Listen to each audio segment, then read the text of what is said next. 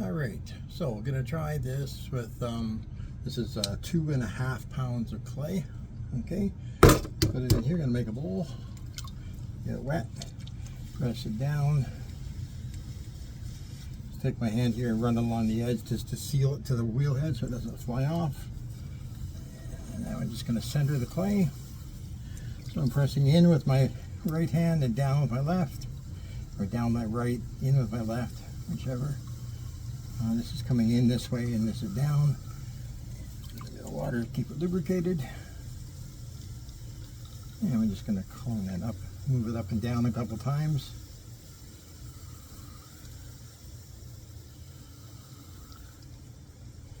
That just aligns all the clay particles inside the ball and makes it easier to get it to stay in the middle. Alright, so I'm just going to press down and hold. And then relax slowly. And now it's spinning in the center. Alrighty. Add a bit of water. I'm going to go to the middle, make a hole. Press down with 2 fingers. This one's pressing down. I'm just going to press the top down on my knuckles. It's the motor force down. It's called opening up. So I'm opening up my clay. I only want to go down to a certain point, and that's about a 1/2 inch. So I got more to go yet. That's a full inch down. So I can open it up a bit more, go a little deeper. About there, and check it. So there we go. That's about the depth that I want there. That'll leave me enough clay at the bottom when I go to trim for a foot ring. All right. So now we've got our depth established. I'm just going to now pull the clay open. So I'm going to widen it out. Just slow the wheel down a little bit. A bit of water. It's slippery. And I'm just very slowly just putting a bit of pressure on with 2 fingers here, and I'm just pushing and pulling slightly and just widening the opening. I'm going to go in periodically here and just going to compress the base. So I'm just going to come from the outside here, and I'm just going to come towards the middle. Do that a couple times, outside towards the middle, and then back and forth. Just going to make a nice flat, even floor in the center. Alrighty. So I got a little ridge of clay right here forming when I was opening, so I'm just going to press that down into the big lump here, and then that just keeps everything nice and in the middle and centered. Press down as it goes around.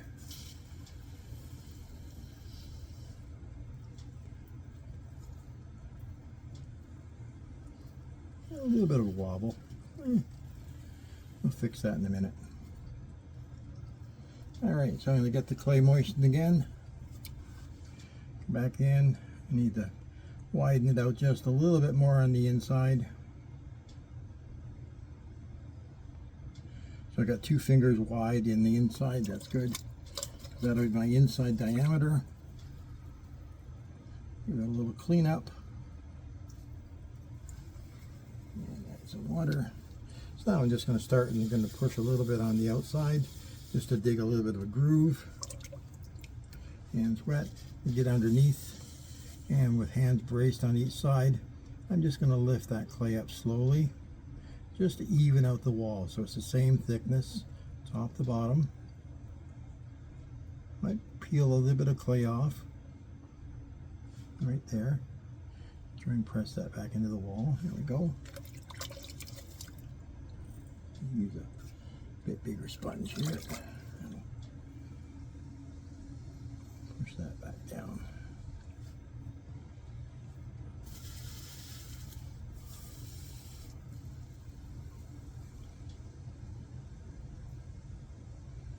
I'm just going to let it go around a couple times, a bit of downward pressure. And that's just going to even out that little wobble that we had before. And then I'm just going to do a gentle lift. Again, just to even out the walls. So I'm lifting up a little bit. It's called a pull. And then we just compress the rim. There we go. Now if I just left it here, I'd have a very thick ramekin. So now I've got a good base to start with, so I'm going to add some water to make it nice and slippery. Again, I'm going to press underneath. It's called undercutting. So I'm going to get a little bit of lip under there. And then I can put a bit of water on that, and I'm going to get underneath that and lift that up. So I'm just going to brace on the inside, so I'm not going to, because I've got my inside diameter established, I don't want to make that any wider. So I'm just holding that, and I'm lifting the clay from the outside. So just watch here as it comes up. I'm just lifting up slowly and bending my elbows. I might get a little clay off of my fingers. I usually do the first pass. Get up close to the top. I'm going to let the pressure off so I don't make that too thin. So now I've got sort of a taller cylinder. Alright, so again, we mop out the inside. We don't want the water to sit in the bottom too long. Sorry when you're pulling it, but not too long sitting there, because it will saturate the base and make it kind of hard. It'll make it too sloppy, and it'll take longer to dry than the rest of the pot. And what happens then is it will crack. Alrighty, so here I'm just going to even out my wall at the top.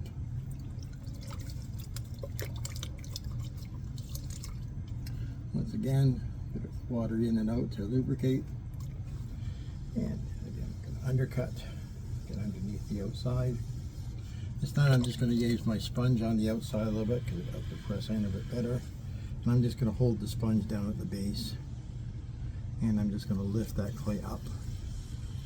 It's getting a little dry down there, so this just lifts up. Now I'm going to lift up and out this time, so I'm coming up on a bit of an angle because I'm going to make a bowl. So I'm going to start the shaping process. So there's not much pressure. I'm pushing out from the inside against the sponge.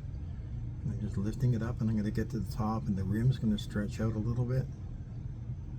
Come nice and slow. Waiting for the clay to move. Get up to the top. I'm going to let the pressure off. So don't make the rim too thin. If you make the rim too thin, then it's going to crack and it's going to break.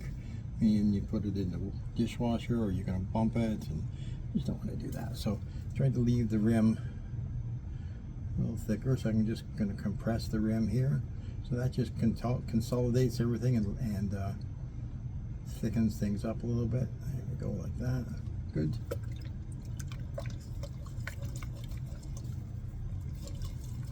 So where we are right now, if I take a measure, there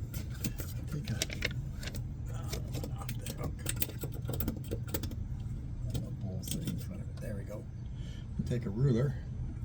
So I'm about 5 inches high, and right now it's outside. The outside is about 7 inches. All right. So what I need to do with this is I need to stretch it up a little bit and out. So I want to, it's not really a very big bowl at the moment. So I've got some good clay down here at the base. Still a little thick, so I can still press a little bit here. So I'm going to lift that clay up. It's coming up nice and slow. And again, I'm just coming out at an angle. Just stretching the clay. Now I get up, there's a little bit of a thin spot, so I'm not going to put very much pressure at all. Very light, just going to lift up, keep the angle the same. See it there, it's coming up. Gets up to the top, and that rim stretches out just a little bit. And there we go, there's my new dimensions. Okay, take the pressure off slowly. If you take your pressure off fast, your clay will follow, and it'll be off center, and it'll be wobbly. Just like, if I put the analogy out of a car, you've got your clay under compression, just like a radiator. And with a radiator, you have to do everything slowly, let it cool down before you try and open it up. Because if you try and open up a cap on a rad when it's warm or hot, it's going to just blow out, and you're going to get steam everywhere and water, and you can burn yourself. But you're also, it just comes out violently, and it just moves around. The same thing happens with clay. If you just press on it too hard, on the compression, when you're pulling, it's under compression, so if you let go fast, it just nowhere to go. So you just want to let go just nice and easy and gentle, and then it works good. Now, height-wise, I'm down to 4.5 inches, and now I'm 8 inches wide. So ultimately, I'd like about 4 inches of height, and between, maybe 9 and 10 inches in width. Okay, and that'll be a nice, nice medium-sized serving bowl. Because there's water in the clay. When the clay fires, it'll dry first, and it'll lose that water and it'll shrink. Then we fire it the first time, the biscuit will shrink some more, and we fire it to glaze, it shrinks just a little bit more. And so when we make things, we have to make things about 15% bigger than what we want to end up with. So you have to remember that when you're trying to make things, is that you want to end up with something that's, you want to start anyways with something that's about 15%, because our clay, this clay body shrinks about 14.5%, so 15 is just an easy number to round with. All right, so now I've got the inside here, and it's about the right, as I move it out a little bit, it'll come down. I'm not worried about the height. Taking a look at the clay, I've still got a little bit down here at the bottom, but I need that little bit there to support the walls as it goes out, because it's going to need a bit of strength, so I'm not going to take any of that off. What I am going to do is I'm going to take a rib, which is just a whole bunch of different things. It can be anything. Here's one here that's made out of plastic, and it's actually a mud tool that's made for pottery. And then we have wooden ribs like this one, plastic ones. I've got some, here's one that I made. It's just a piece of sheet metal cut into a curve. That one works well. And here's one you can buy too, just a metal rib. It's flexible, so it does a good job with different things. I used old Timmy's cards too. They work really well. So I'm going to take this curve here, and that's the curve that I'm going to use on the inside of the bowl. So I'm going to start here so the clay slides by to start with. And I'm going to brace my hands here so everything touches, is nice and braced. Got my elbows braced against my sides, so the tool is not going to fly all over the place. Going to very slowly connect with the clay. And I'm going to put that curve down. And I'm just going to press out just a little bit. And as I press out, I'm just going to rotate that rib around a little bit so it comes a bit more towards the 3 o'clock on my wheel. Then I'm going to let that pressure off and open it and pull it back to the middle again. So that just put a nice even curve on the inside. Show you that in a little bit here. Hands are all dirty to start moving the camera now, so I'm just going to wait. Now, I've got a couple kinds of sponges. I got, of course, the big yellow one there. This one here is called a finishing sponge, and I'm just going to brace on the inside so I don't throw it off center. And I'm just going to let that ride on the top. It works just like a chamois, and it just evens out, pushes down a bit, makes it nice and smooth, gets rid of all the edges. Okay, another rib. This one here is called a throwing disc. And it's just a round piece of wood that's been cut on a lathe. Nice surface, wide rim on the curve. Good spot for your fingers on the back to support it. I'm just going to go in here and just round off the bottom so that it has a nice gentle curve on the inside. So I'm going to start in the center, and I'm just going to gently push that out towards the outside wall, and then lift that up and slide it up about halfway. Well, it's catching, so here I'm just going to pull this back. Need to add just a bit of water on the inside so that it doesn't catch like that. It only catches on when the surfaces are unevenly wet and dry. So I'm going to come back in here and do the same thing. That's better. So I'm just going to pull that up.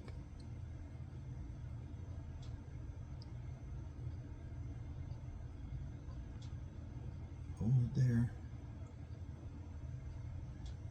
And back down.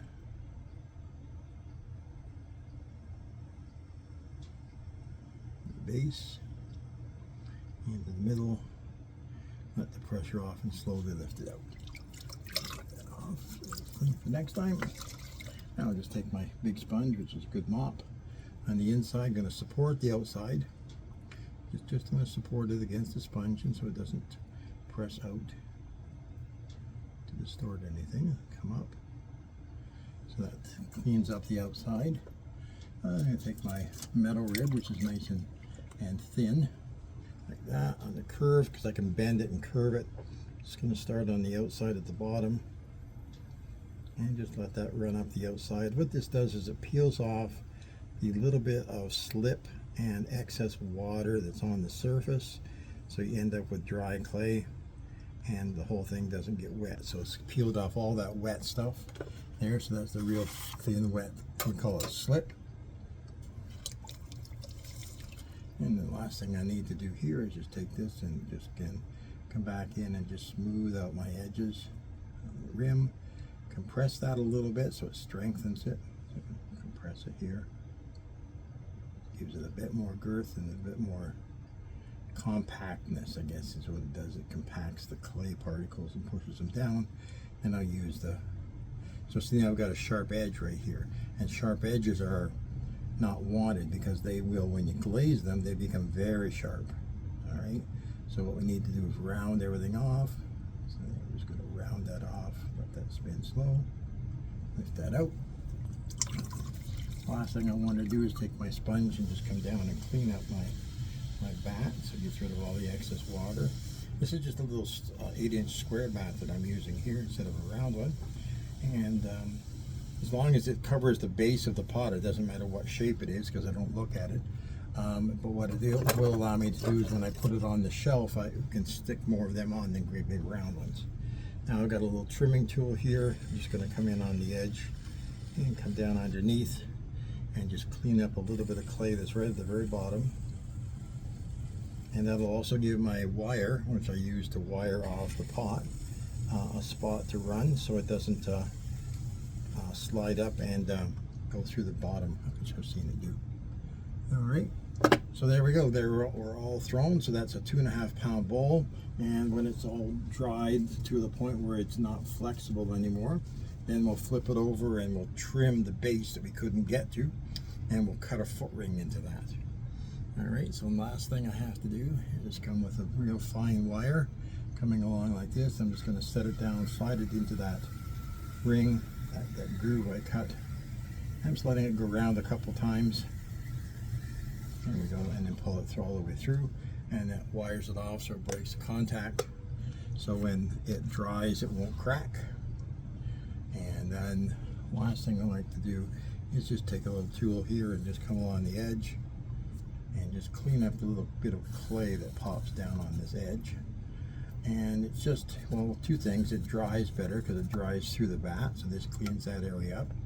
And also too, when you're handling it, you don't get your hands covered in clay. All right, when it's all done. So there we go.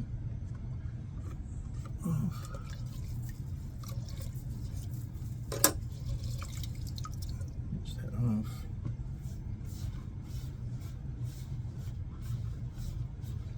Alrighty, and again, multi-purpose tool. Just pop this under the edge and lift it up off the bat pins. And there we go. You see the curve and the shape of the bowl, and on the inside a nice curve all the way down to the bottom. And I'm just going to set that aside and it'll dry, and then we'll come back and in a day or so we'll trim it. This is just a I don't know what material it is, but it's called a bat mate, but it's a bat grabber. So it's just a bit of material that you get wet, and when you put your bat on it, it just holds it in place, and so it doesn't slide around. And I can use multiple bats in different sizes and stuff like that. So I hope you enjoyed that, and we'll show you the next process when it gets going.